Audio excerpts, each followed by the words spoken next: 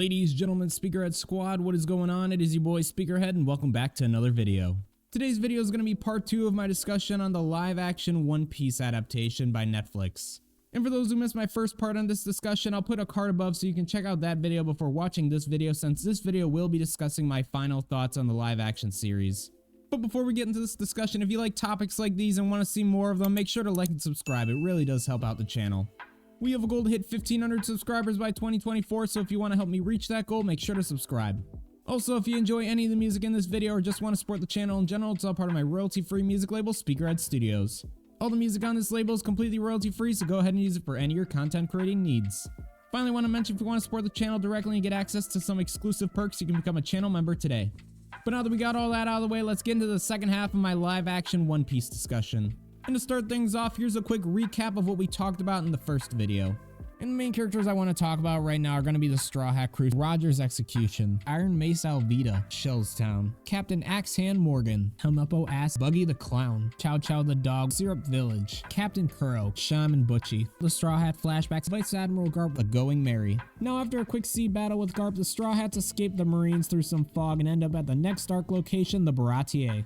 And in this arc, we get introduced to not only our next Straw Hat Sanji, but we also get introduced to my favorite character in this live-action series, Zeph. I always liked Zeph in the manga, but I absolutely love the live-action version of him.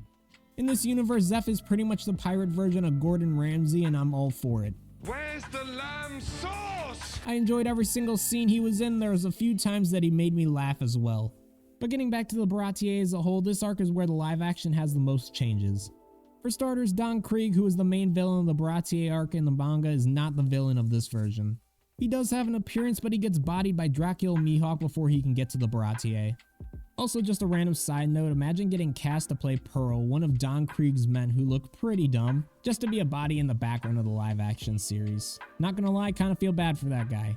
But in the same scene as Mihawk annihilating Don Krieg, Mihawk gets summoned by Garp to go capture Luffy, since Mihawk is one of the 7 warlords of the sea. Besides this being a major change of the reason why Mihawk goes to the Baratie, this feels very out of character for Mihawk to take orders from the Marines. Mihawk doesn't care about the Marines and only has the warlord title so he can be left alone by the Marines. So having him listen to Garp just doesn't seem like something Mihawk would do. That being said, Mihawk does end up going to the Baratie to look for Luffy. Once there, Mihawk gets led to Luffy thanks to the help of an intoxicated Usopp, which was really fun to see. Then when he meets Luffy, Zoro's there and he challenges Mihawk to a 1v1 just like in the manga. Now skipping forward to the 1v1 between Zoro and Mihawk, this fight was very fun to watch. And right now I do also want to quickly talk about Mihawk because he was also a highlight in this show. Besides the actor just absolutely looking the part, his attitude is amazing and I absolutely loved it. He was just so condescending to everyone he met because he is the world's greatest swordsman, and I just loved how he executed every single line in every scene he was in. It was just fantastic. But getting back to the duel between him and Zoro, I really did enjoy the fight, but I'll admit that the special effects they used for Zoro's swords being cut apart did look pretty bad. When watching the show for the first time, that was one of the few scenes that really stood out for some bad CGI and special effects. But once Mihawk defeats Zoro, the scene where Zoro promises to Luffy that he'll never lose again happens, and I think it was a pretty alright scene. And this is one of those moments I was talking about earlier with Zoro that I wish he was a little bit more emotional for scenes like this. But overall I thought the scene was alright. Now a bit after the fight with Mihawk, our main villain for the rest of the story arrives, and that's gonna be Arlong the Saw. And he arrives to the Baratie looking for Luffy and the map for the Grand Line. And this is definitely what most people believe to be the biggest change in the manga, since Arlong didn't show up at all during the original telling of the Baratie arc. It's definitely a major change, and I personally would have liked to see Don Krieg be the villain of this arc.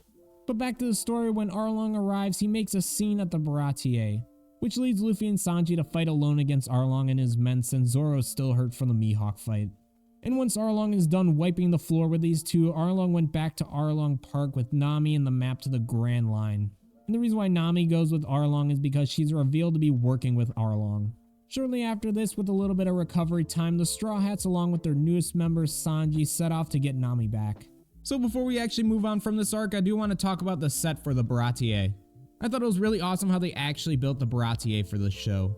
Both the interior and exterior look amazing, and I'm super happy with how it turned out in this show.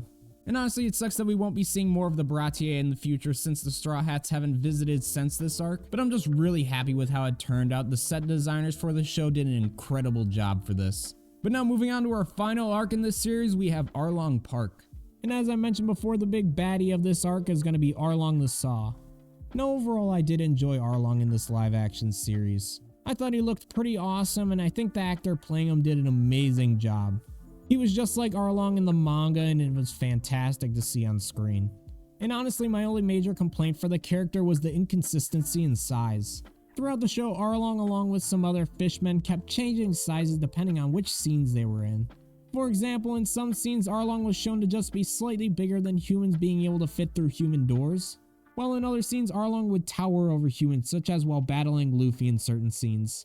But before we talk about this final fight, let's talk about the beginning of this arc. So at the beginning of this arc, the Straw Hats arrive at Kokoyashi Village to find the village pretty damaged by Arlong's crew. And after the Straw Hats wander around the village a bit longer, they find the citizens of the town gathering around and collecting their money tribute to Arlong. But as the villagers start to realize that they're short on their tribute, Nami arrives to collect the tribute for Arlong. Skipping forward a little bit, we soon learn about Nami's backstory and how Arlong took control of the village. And a little bit after Arlong takes control of the village, Nami goes to Arlong and makes a deal with him. She would become part of Arlong's crew and draw maps for him, and in return Nami's village would be spared from further destruction. In addition, if Nami could get 100 million berries and give it to Arlong, he would let Nami's village be free from his control.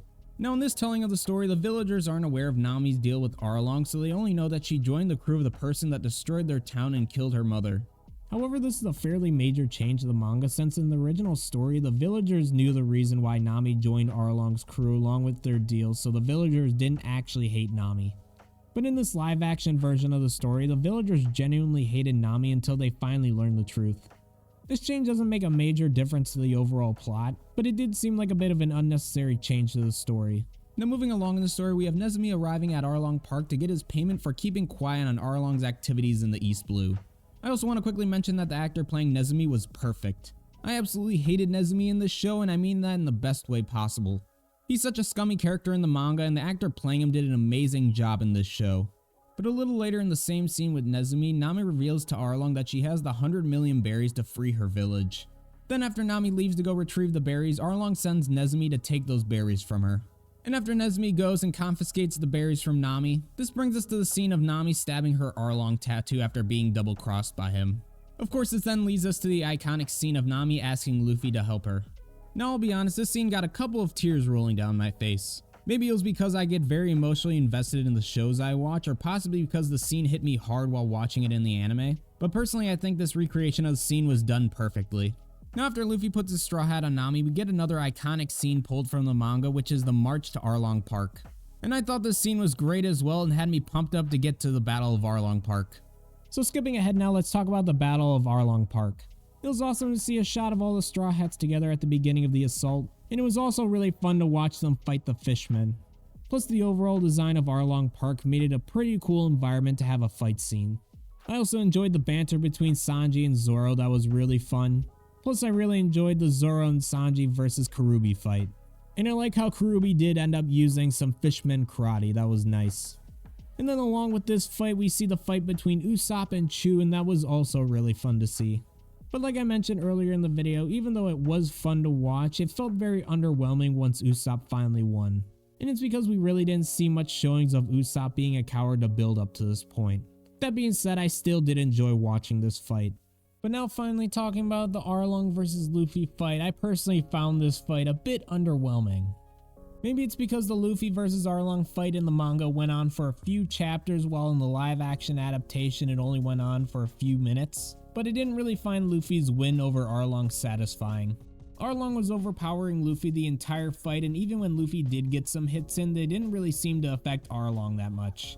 And then the only major hit that Luffy did on Arlong was gonna be bringing down his Gum Gum battle axe.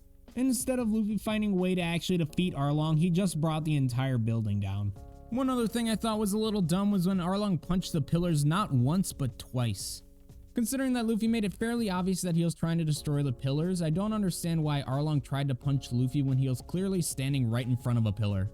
But back to the fight. After destroying a few pillars thanks to the help of Arlong, Luffy finishes the fight by bringing down Arlong and Arlong Park with a Gum Gum battle axe. However, I feel if Luffy was able to stay conscious after the fall of Arlong Park, I feel Arlong with his fishman strength would have been able to do the same. But setting that aside for now, after defeating Arlong, the Straw Hats go and celebrate with the villagers of Nami's hometown after they were all freed from Arlong's control. Now this is where the arc would end in the manga, however the live action adaptation adds a brand new scene of Garp arriving at the village to arrest Luffy. And this ends up leading to a one-on-one fight between Garp and Luffy. I thought it was an alright fight, but it really wasn't a fight because it was just Garp slapping around Luffy the entire time. And after Garp smacks Luffy around for a bit, Luffy tells his grandfather that he'll always be a pirate. Once Luffy announces that, Garp starts bursting into laughter and he reveals that he's just been testing Luffy this entire time. And this is another major change to this series compared to the manga telling of the story. In the manga, Garp would never accept Luffy being a pirate, so having him just be testing Luffy to make sure he's ready is completely out of character for Garp. After this, Garp ends up letting Luffy and the Straw Hats go, and the series ends with the reveal of the Straw Hat Jolly Roger and the crew announcing their dreams to each other. And I thought this was a fantastic way to end the first season. Considering that most Netflix series barely even get a few seasons if they're lucky, it's best to end the first season on a high note in case they don't get greenlit for a second season. However, many One Piece fans have noticed that even though this is a live action telling of the East Blue Saga, there was a major arc that was left out. In this arc, of course, being Log Town, where my favorite marine, Smoker, is introduced. Luckily, we got to see a glimpse of Smoker at the very end of the show as a teaser for a potential season 2. I really liked how he looked from the small amount we saw from him, however, the only thing that I didn't really like was his choice of gloves they gave him. Maybe it's just because I played Airsoft in the past and I had those exact same gloves when I played, but to me it just looks like a guy cosplaying Smoker that lost his cosplay gloves and needed to improvise. That being said, I do understand why they made this choice since the Marines would most likely wear some sort of tactical gloves since they are the military force of the world. But besides the little nitpick I have about Smoker's clothing choices, I really do hope we get a season 2 of this series, and I hope we do see Smoker in all of his smoky glory. So now that we went over every arc, I want to give my general final thoughts on the series.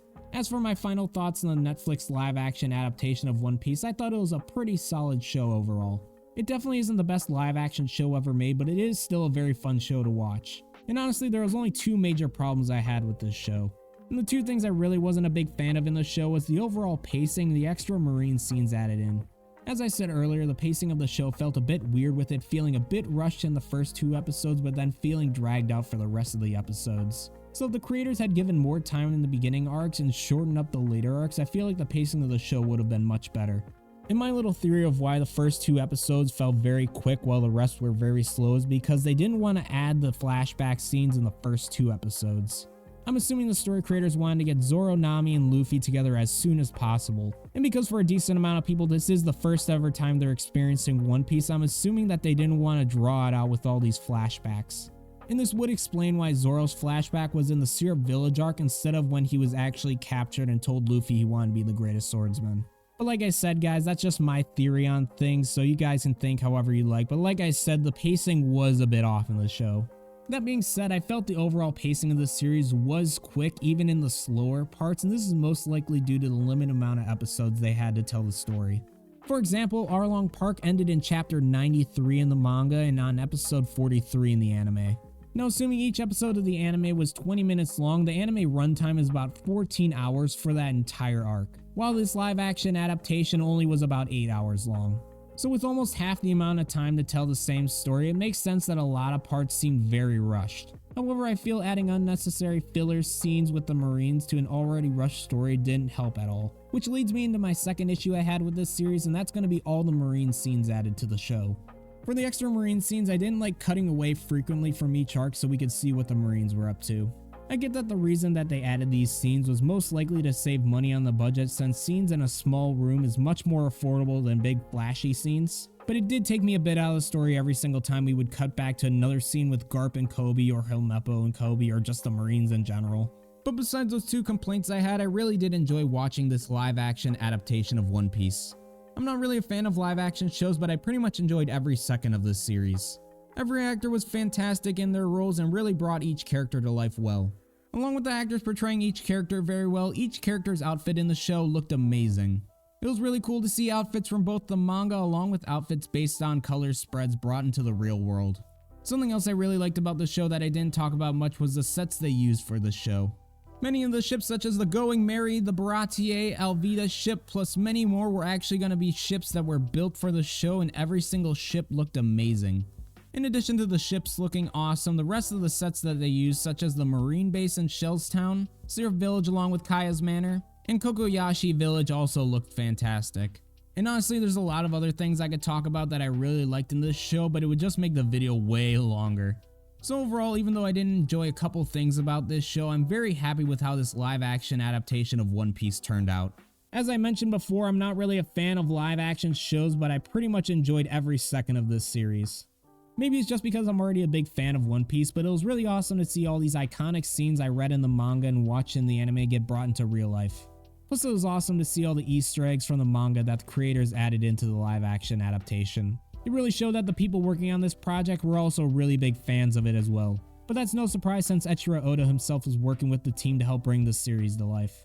So overall, I'm very happy with how this first season of the live action adaptation of One Piece turned out. It's better than what me and most One Piece fans could have expected, so I'm hoping that this series gets greenlit for more seasons in the future. But with that, that's going to be all of my overall thoughts on the Netflix live action adaptation of One Piece. Guys, let me know what you think down below. Let me know if you've seen the show, and if you haven't seen the show, I'm not sure why you stuck through this, but thanks for watching. But if you have seen the show, let me know what you thought of it down below. Also, let me know if you guys want to see more One Piece content in the future, because I absolutely love One Piece and I would love to talk about more stuff such as the manga in the future. But once again, if you guys enjoyed this content and you want to see more of it in the future, make sure to like and subscribe. It really does help out. Also, if you enjoyed any of the music in this video or just want to support the channel in general, it's all part of my royalty-free music label, Speakerhead Studios, link in description. And once again, if you want to support the channel directly, you can become a channel member today. But guys, that's going to be it for me. I appreciate you checking out this video, and I'll catch all y'all in the next one. Peace! Big shout out to our channel members. Your guys' support helps keep the channel up and running, so once again, thank you guys for all of your support.